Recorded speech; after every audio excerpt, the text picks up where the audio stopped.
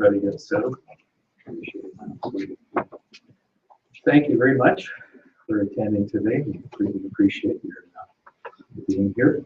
Family definitely does. It's interesting in the conversations I had with Marilee the last few months. One topic that came up, like some kind of odd, was how do you want people to feel on this occasion? Sad or happy? And the answer was interesting. She said, a little bit sad would be nice. And the reason being is that, you know, like all of us, we want to feel loved. We want to be loved. And, you know, a little bit sad, she wanted to know that she was missed. On the other hand, though, she wanted us to be happy. Now, how would gathering together on an occasion like this never be a cause in any way to be happy? Well, I'm going to do a little bit reading from the scriptures. If you've got a Bible along, of course, you're welcome to follow. And if these are unfamiliar scriptures to you, by all means, write them down and take a look in your own Bible. But this concept of going to the house of mourning, which is essentially where we are today, is described in Ecclesiastes chapter 7 and verses 1 and 2. And it starts out there by explaining that a good name is better than good oil. Now just pause there. You see, in ancient times, good oil was something that had significant monetary value. It was a financial investment, really. So what it's saying is that to have a good name, or as the footnote here says, good reputation, is of much more value than having wealth or possessions. Now it goes on to say, and the day of death is better than the day of birth. Better to go to the house of mourning than the house of feasting. Now, considering the joy that surrounds the birth of someone, how could be going to the house of mourning be better? Because it's tied in with that concept of a good reputation. That at somebody's death, they've had an opportunity to demonstrate the kind of person they really are, and especially when it comes to the reputation that we hope to gain with God. And so because of this, there's better value in going to the house of mourning than the day of death. And we can really appreciate that with Marilee. She understood God's stated purposes for the earth. We go somewhere like Genesis 1 and 28. And she also understood the fulfillment of his purposes, though temporarily sidetracked, are sure to be fulfilled. And those promises include what's said at Revelation chapter 21 and verse 4. And this was a promise that to her was significant. 21 and 4, and he will wipe out every tear from their eyes, and death will be no more. Neither will mourning, nor outcry, nor pain be anymore.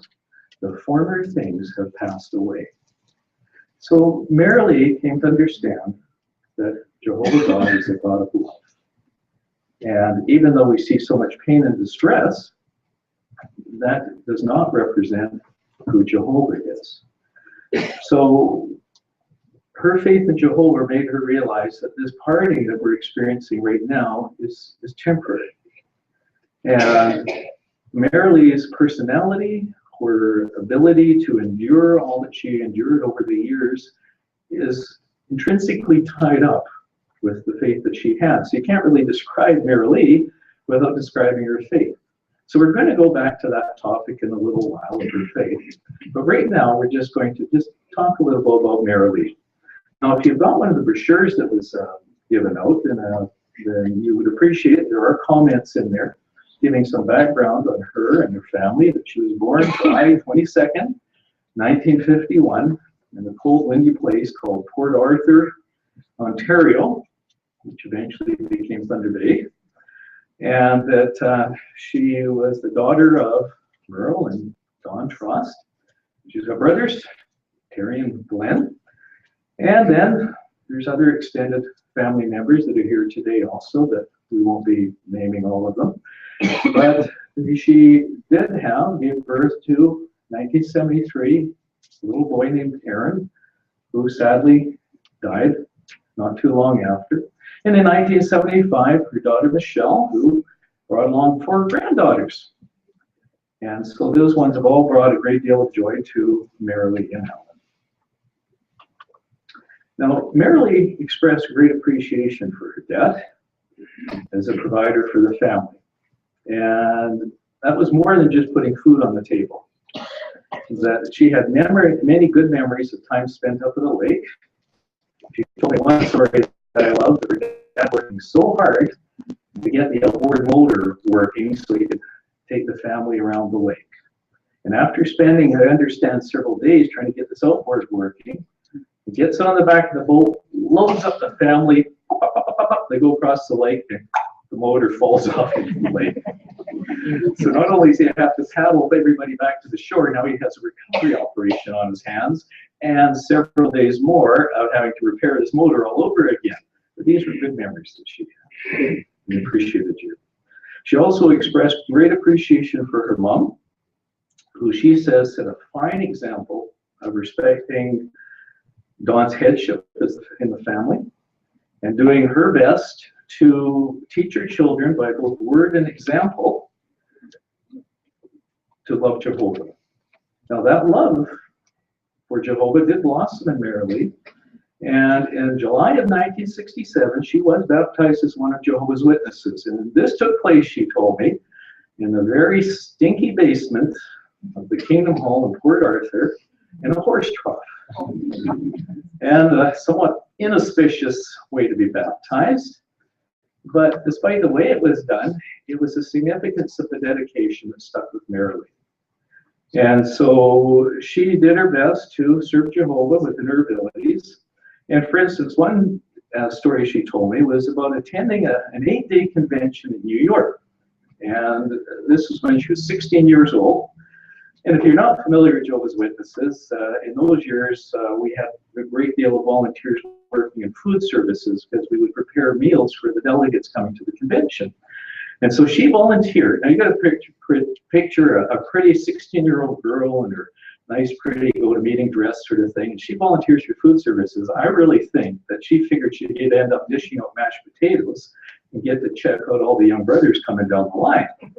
Instead, she got assigned to a claustrophobic little room making blue cheese salad dressing. And the blue cheese got spilled all over her dress. She says the smell was so bad, going home from the convention, the windows were cranked down and she's hanging out the window trying to breathe. But it wasn't maybe what many young people would do or put up with, but she was given that assignment. She accepted it and stuck to it. Now, it was during a trip to Regina that she met a certain Alan Bond, and then they met again on the West Coast, where Al asked her out, and he took her on a dance cruise up Indian Arm. Boy, now this would be a memorable occasion for Marilee, right? Oh, it certainly was. As soon as they arrived, Alan met this disc jockey who was a world traveler, just one of the most fascinating people he'd ever encountered. And he sat there talking to this gentleman all evening long. The only dancing Marilee was getting was from other gentlemen they were asking her to dance. So finally, a fella comes up, taps Alan on the shoulder. He said, you know, there's a drunk over there bothering your date. Well, he wasn't going to have any of that. So he went over there to tell this drunk to get lost. Which is totally inebriated man observes, why should I? You haven't danced with her all night. Well, what do you think Marilee was thinking of all of this? She says, why would I ever want to go out with you again? Which Alan, in his immense humility, responded, because I'm irresistible. And so she went out with him again, go figure. But it didn't last. They had a big fight, big falling out, and I'm not going to tell you about the fight because there's 2 distinct versions of it, depending on who you talk to. But the point is that there's no way he was calling her again. So great. Well, she blindsided him at a convention. Put on a little bit of a disguise, it seems. This long brown wig, big floppy hat. Snuck up behind him rather demurely and just stood there rather demurely until he turned around and in his words said, well, hello there. And to which she lifted the hat and he recognized her and he couldn't stop laughing. And I quote Alan, She was so gorgeous, funny, and intelligent. How could I not go out with her? And so they were married on March 18, 1972. Now, most of us, our awareness of Ellen and Marilee came from them being on the coast here. And so it was in these years in Langley that we'll just briefly touch on. And I brought along a letter that they very kindly gave me from Darcy, that time Cruz, who wrote to Marilee. And at this time, Marilee was once again sick. And as you appreciate Marilee, it just, waves just kept getting, well, higher and higher, lower and lower, whichever way you want to go to it. But in this letter, Darcy was explaining that when she was talking to people about Jehovah and trying to build their faith, this wasn't any great mystery as how this was done, but she sometimes found that people would have a difficulty identifying with some of the examples from the Bible. Abraham, Isaac, Rebecca, because they're long dead. So she would use the example of current individuals that Darcy knew. And Darcy says this, that is when I start talking about certain ones, including you and Ellen. I begin telling them about how I remember this young couple coming to our little congregation when I was a child and how they were always around my family. I then go on to tell them about how they got pregnant and had a beautiful little boy they named Eric, and how suddenly their little boy died. The student is always saddened by this, and they ask me what you did after that happened. And I tell them that through it all, most importantly, you didn't let it stop you from faithfully serving Jehovah. I then tell them that not long after, the young woman found out she had cancer, and the treatments were very harsh and hard to endure, and that the pain went on for years. But through it all, she kept pressing forward, serving Jehovah. And no matter how bad she was feeling, she always had a big smile on her face for the brothers and sisters. And on meeting days was either at the Kingdom Hall or listening on the telephone. But most of all, she didn't let it stop her from faithfully serving Jehovah. And then Darcy goes on to explain and encourage Marilee that we all have different abilities, we have different opportunities. Some will get to as well as Mary's, perhaps. But Marilee did the best with what she had the opportunity to do. And it was that being faithful that set her, Darcy felt, as an example. She goes on to say, if the cancer overcomes you this time, I want you to know that at the resurrection, I will count it a privilege to stand in line behind Alan, Michelle, and all your granddaughters to welcome you and Aaron back. But did you catch that? The resurrection, welcoming her back, and Aaron back. I mean, many people would say, well, Marilee is in heaven now. She'll be waiting to welcome us when we arrive. Actually, that's not what Marilee believed. As one of Jehovah's Witnesses, she knew what the scriptures teach in this regard. Excuse me. See, she had faith in Jehovah's wisdom, his love, and his power. And she had faith in Jesus as the means which we would be forgiven our sins and obtain life again. And we read that promise already in Revelation 21:4, that she was looking forward to this promise. So then why do good people die? Well, significantly, Romans 5:12 explains that just as through one man's sin entered the world and death through sin, and so death spread to all men because they had all sinned. In other words, well, if you ever talked to Michelle on the phone, you had to be really careful because you didn't know if you were talking to Marilee or Michelle, right? You ever had that experience? We inherit things. So we inherited sin through our parents, obviously to as far back as Adam. The significance of this is indicated if you have a look at Genesis chapter 2 and verse 7, where at the time of creating humans, it explains there that Jehovah God went on to form the man out of dust from the ground and to blow into his nostrils the breath of life. The man became a living person. Now, if you went down to the footnote here, you would say that it literally became a living soul. So it doesn't say that Jehovah created the body out of the elements of the earth and then put a soul into it. It said he created the body and then put the breath of life into it, and that body, once it became alive, became the soul, a living person. So then the significance of his death, chapter 3, verse 19, becomes significant when Jehovah said, when he was giving judgment upon them, in the sweat of your face you'll eat bread until you return to the ground, for out of it you were taken, for dust you are, and to dust you will return. So what was Adam before the breath of life went into him?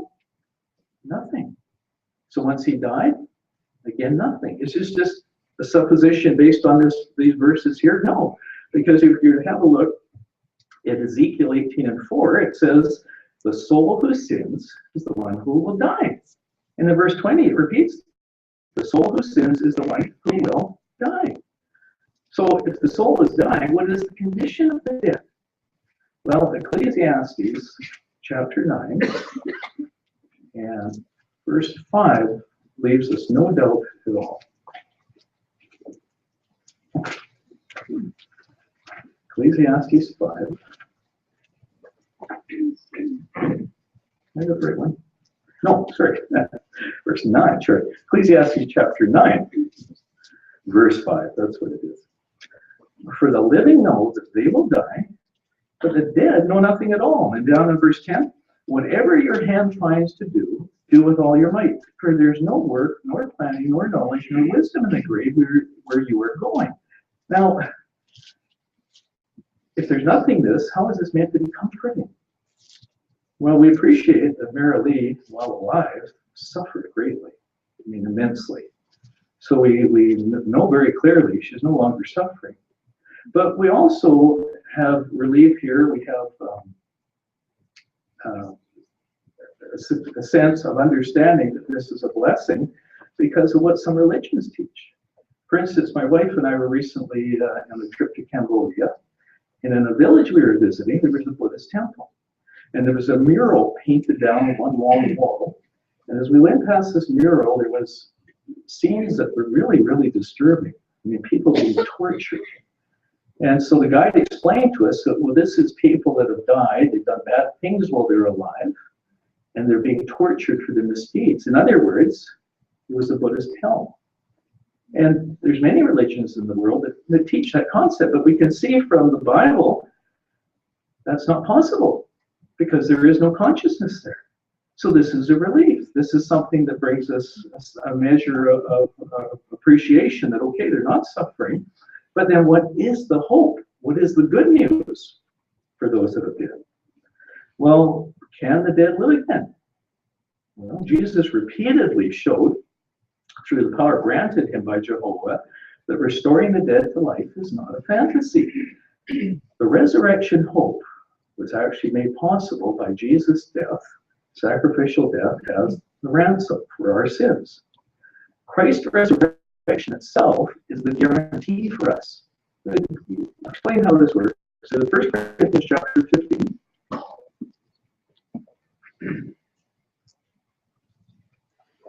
1 Corinthians 15. And let's see now. 22 and 23. And it explains there, for just as in Adam all are dying, so also in the Christ all will be made alive. But each one in his own proper order. Christ the first fruits, so there's the guarantee for us. It has happened because we know Jesus is resurrected. So once it starts, it'll continue, and it says afterward, those who belong to the Christ during his presence. Now, those specifically being spoken about there, if you went to verses 51 through 54 in the same chapter, you'd appreciate these ones did have a heavenly would have a heavenly resurrection. This is their hope. But that's not the only hope being held out for resurrection. You see, in John 10:16, Jesus explained that, yes, these individuals going to heaven, these are my sheep, this is my flock. But he said there will be other sheep, another flock. And those ones would appreciate an earthly resurrection. Is there something in the Bible that supports that? Yes. if you're to have a look at Luke chapter 23, now in verse 43 here, the context is that Jesus was very close to death himself. And this is while he was being executed. But he had entered into a conversation with a criminal beside him. And this man had come to put a measure of faith in Jesus. And so he asked Jesus, would you remember me when you get into your kingdom? And in verse 43, Jesus says to him, truly I tell you today, you will be with me in paradise. Now, if you're familiar with those words there, you might be looking at it and going, well, hang on a sec. I thought he said, today you will be with me in paradise. Well, it's true that many translations do put the comma, do put the comma before today. But here's why it appears, rightly so, after today. You see, if you get out an interlinear translation, let's see, like Benjamin Wilson's emphatic diagram, and you examine the original Greek, there's no punctuation there. So they didn't use it.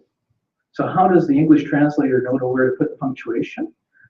Partly grammatical and partly based on context. So at that time that Jesus was about to die, what did the scriptures tell us about him then? That he was going to be dead in the grave for 3 days. It was impossible for this man to be with them on that day. So therefore, it's very easy to understand that today I tell you, you'll be with me in paradise. Now what's paradise? Back to the Genesis account. It's what Jehovah originally intended for the earth to be. The Garden of Eden spread through the whole planet. Now with that concept in mind, it's very interesting to note that here we're reading the English translation of the Greek. If you're reading a Bible translated from the Greek into Hebrew, it says there, you will be with me in the Garden of Eden. So this is the earthly hope, the resurrection hope that Marilee entertained.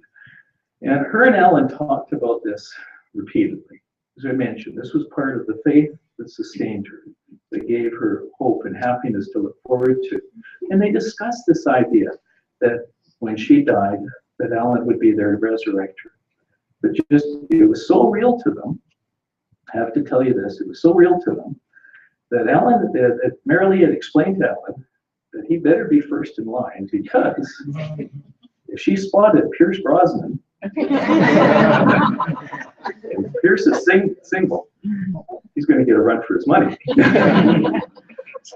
So if you know Marilee and her admiration for that particular actor, yeah, you better be first in line. But there are others too that the scriptures indicate are in a line for this resurrection. Acts 24:15 indicates Paul was speaking under inspiration. I have hope toward God, which hope these men also look forward to, that there is going to be a resurrection of both righteous, so those that learned about Jehovah's purposes before they died, and the unrighteous individuals that never had an opportunity to learn about Jehovah's standards. So you can think of maybe some of your own ancestors, maybe living in somewhere that Christianity never reached, that they have an opportunity to be resurrected to life and then learn about Jehovah. What a wonderful gift. So this concept brings us back to why it's good to go to the house of mourning. This takes us right back to the scripture we started with in Ecclesiastes, chapter 7. And we're going to read that one more time, verses 1 and 2. A good name is better than good oil, and the day of death is better than the day of birth. Better to go to the house of mourning than to the day of feasting, for that is the end of every man, and the living should take it to heart. So we appreciate Marilee established a good reputation with Jehovah, and we have trust in them. But at the same time, it makes the point that being good, that every one of us should take this to heart. So there's two things that this involves. One is your presence here today, is that you have opportunity to encourage and build each other, because we appreciate this as a temporary passing, to be able to comfort the bereaved family. That's a wonderful opportunity here you have today. But also, if you are a dedicated servant of Jehovah, that concept there to take it to heart would mean that you'd be looking at your own dedication, going, okay, am I still living up to my dedication? Also, for those that maybe haven't come to know Jehovah's purposes, okay, here's an opportunity after hearing this hope of the resurrection explained from the scriptures. Well, perhaps this is something I need to pay a bit more attention to, learn a bit more about. The resurrection hope is really a wonderful, wonderful gift from our Heavenly Father. So for those that maybe aren't familiar or would like to know a little bit more about this concept, on the back counter there are some brochures there that are entitled When Someone You Love Dies. There is also a brochure there entitled Good News. And if you don't have an opportunity to grab one, you could also get it downloaded from a website entitled jw.org. So at this time, we're concluding our program. We're going to sing song number 91 together. And then we're going to, and this was chosen by Marilee, my dad. And then we're going to invite Brother Nick Georgopoulos to the platform to say a prayer, approach Jehovah on our behalf. And by the way, just to make sure we're all clear, there is refreshments being served at the Twin Kingdom Hall on the other side. So there's the sidewalk. When you go out the door, just turn to your left and follow the sidewalk around to the Twin Kingdom Hall on the other side. There'll be beverage and refreshments served there. So I invite you to stay for that if at all possible. So as I mentioned, we're going to invite you to stand if able, and we're going to enjoy singing song number 91, My Father, My God, and Friend.